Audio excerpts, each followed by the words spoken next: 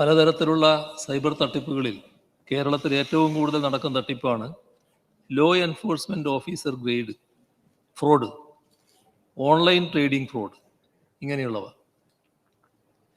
ഇത് law enforcement officer ഫ്രോഡിൽ ഇരയാക്കാൻ ഉദ്ദേശിക്കുന്ന ആൾക്ക് ഒരു വീഡിയോ കോൾ ആദ്യം വരും.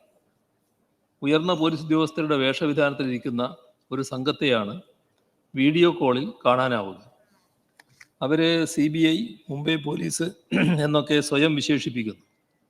ഇരയാക്കാൻ ഉദ്ദേശിക്കുന്നയാളുടെ പേരിൽ ഒരു കൊറിയർ വന്നിട്ടുണ്ടെന്നും അതിൽ മയക്കുമരുന്ന് കണ്ടെത്തിയെന്നും പറയുകയാണ് പതിവ്.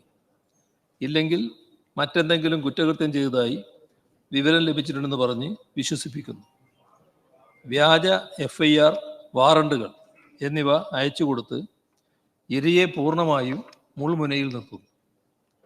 തുടർന്ന് ഇരയുടെ അക്കൗണ്ട് പരിശോധിക്കുന്നതിനായി അക്കൗണ്ടിലെ മുഴുവൻ പണവും റിസർവ് ബാങ്ക് ഓഫ് ഇന്ത്യയുടെ അക്കൗണ്ടിലേക്ക് മാറ്റണമെന്ന് പറഞ്ഞ് തങ്ങളുടെ അക്കൗണ്ടിലേക്ക് ട്രാൻസ്ഫർ ചെയ്യിക്കുന്നു.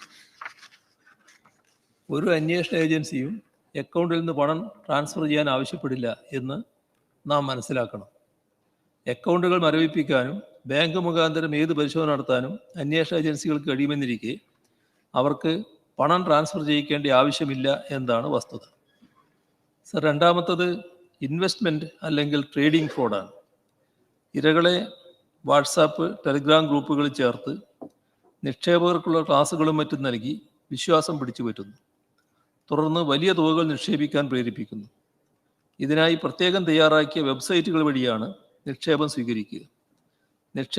നിക്ഷേപകർക്ക് തങ്ങളുടെ യൂസർ അക്കൗണ്ടിൽ വലിയ ലാഭം നേടിയതായി കാണാൻ കഴിയുന്നു. എന്നാൽ നിക്ഷേപിച്ച തുക മുഴുവൻ നഷ്ടപ്പെടുകയും ലാഭം കിട്ടിയതായി കാണുന്ന തുക പിൻവലിക്കാൻ കഴിയാതെ വരികയും ചെയ്യുകയാണ് ഇരകൾക്ക് തട്ടിപ്പ് മനസ്സിലാകുന്നത്. ഇത്തരം കെണികളിൽ വീഴാതിരിക്കാൻ നാം പ്രത്യേകം ശ്രദ്ധിക്കേണ്ടതുണ്ട്.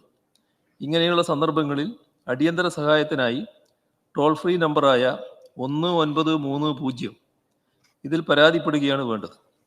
പണം നഷ്ടപ്പെട്ട് 1 മണിക്കൂറിനുള്ളിൽ, അതാണ് അതിൻ്റെ ഗോൾഡൻ അവർ, ലഭിക്കുന്ന പരാതികളിൽ പണം വീണ്ടെടുക്കാൻ കഴിഞ്ഞ അനുഭവമുണ്ട്.